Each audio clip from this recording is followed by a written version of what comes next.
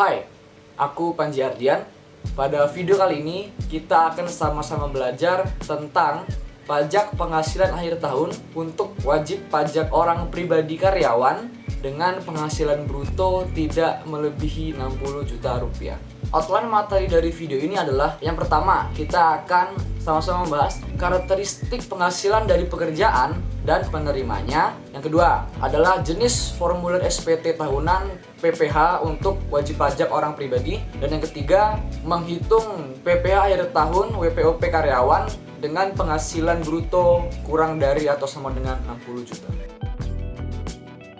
Menurut Kamus Besar Bahasa Indonesia, karyawan adalah orang yang bekerja pada suatu lembaga, dalam hal ini bisa kantor, perusahaan, dan sebagainya, dengan mendapatkan gaji atau upah. Jadi, beberapa karakteristik karyawan, yang pertama yaitu dia mendapatkan penghasilan atau gaji. Berikutnya, ada hubungan atasan dan bawahan di pekerjaannya, ada hubungan hierarkis gitu. Dan yang ketiga, biasanya akan diberikan bukti potong PPh dari pemberi kerja, bukti potong 1721A1 jika dia pegawai swasta, dan bukti potong 1721A2 bila dia PNS, TNI Polri, pejabat negara, dan pensiunannya. Contoh-contoh karyawan adalah PNS, TNI Polri, kepala gudang di supermarket, pensiunan PNS yang mendapatkan uang pensiun rutin tiap bulannya, dan masih banyak lagi. Kalau contoh yang bukan PNS kak, contoh yang bukan PNS yaitu pengemudi ojek online, YouTuber, artis, pedagang nasi uduk, dan lain sebagainya.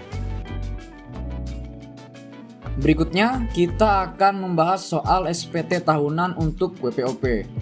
Nah, WPOP itu terbagi jadi dua ya. Ada WPOP karyawan, ada yang non karyawan.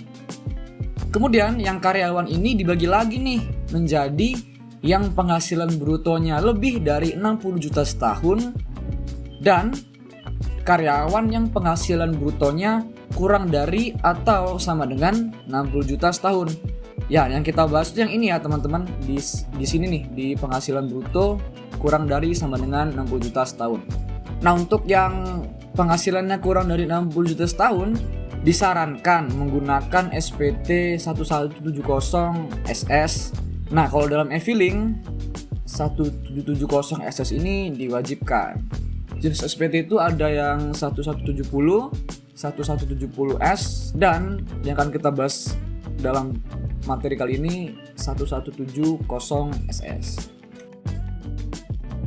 Yang dimaksud dengan penghasilan bruto adalah penghasilan tidak final sebelum dikurangi dengan pengurang penghasilan bruto. Tidak termasuk penghasilan final dan penghasilan yang bukan objek pajak. SPT tahunan yang digunakan adalah formulir 1770 SS. Meskipun sebenarnya tuh boleh menggunakan 1770S, makanya di salin dia sebelumnya digunakan kata disarankan.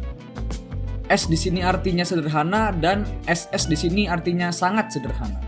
Dokumen utama yang digunakan untuk mengisi SPT ini adalah bukti potong PPh 1721A1 atau 1721A2. Masih ada kemungkinan kurang bayar, terutama jika terdapat penghasilan lain. Jika kurang bayar, tidak ada kewajiban angsuran PPh pasal 25 untuk tahun pajak berikutnya. Berikut kita lihat ciri-ciri SPT 1770 SS. Yang pertama, hanya ada satu lembar. Yang kedua, tidak ada tempat untuk zakat atau sumbangan keagamaan sebagai pengurang. Yang ketiga, memuat totalnya saja tanpa perincian. Yang keempat, tidak ada daftar susunan keluarga.